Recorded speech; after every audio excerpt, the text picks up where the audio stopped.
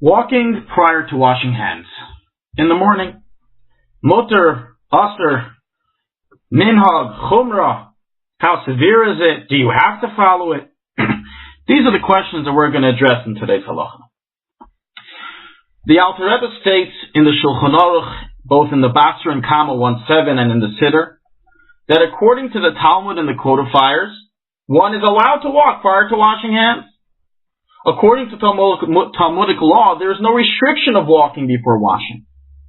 This is despite the fact that one does have the impure spirit on his hands, even according to the Talmud, as discussed in previous classes.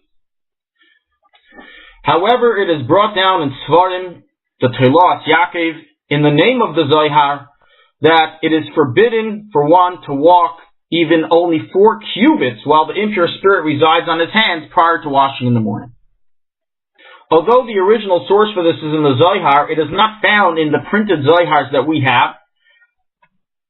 And as is mentioned in the Tshuva Miyahava, that this matter is not found in the regular Zohar, but is an old manuscript of the Zohar that we do not have. But nevertheless, it is recorded in one of the great Kabbalistic Svarim, the Telos Yaakov, and from there it is brought down in many poskim, of course including the Alter Rebbe Shulchan Aruch in all versions, as well as in the Siddur, as well as in the Berhetiv and the Kaf HaChaim and other contemporary poskim.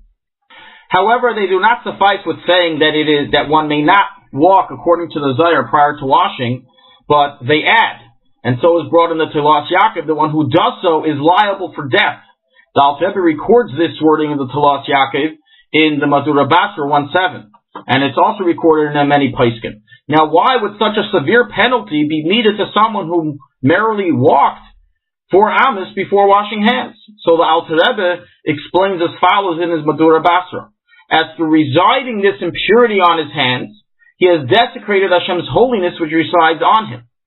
And the Lashon of Telos Yaakov is as follows. By doing so, one brings a foreign god on his hands, as the verse states, for that which he brought a god on his hands. In other words, that by one delaying the removal of this impurity called Bas Melech from on his hands, he is desecrating Hashem's name, which is his godly soul that has now rested upon him and inside him upon waking up. And he is causing a desecration of godliness.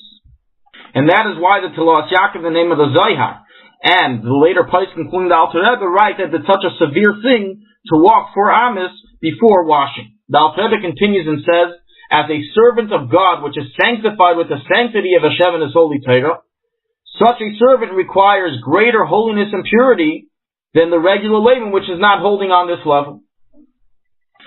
Regarding the final ruling on this matter, as the Alter Rebbe and Shulchan Aruch brings the 2 opinions of the Talmud, which allows it, and the Zohar, which forbids it with severe penalty. So once again, as the Alter Rebbe rules in Madura Basra, in the Madura Kama, that every God-fearing Jew should be stringent, while in the Basra and Siddur, the Alter Rebbe simply brings the severity of the Zohar and does not even state the lenient opinion in this matter. And the final ruling is as recorded in Sefer HaMinhagim, that we are stringent like the Zohar to avoid walking 4 amas prior to washing hands.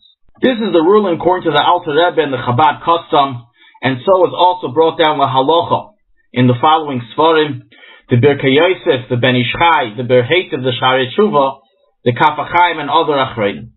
However, there are other poskim that are lenient in this matter, halacha l'maisa, and so rules the El Yerab in the name of the domestic Eliezer, that states that the warning of the Telos Yaakov in the name of the Zohar was only applicable in previous times and is not applicable today.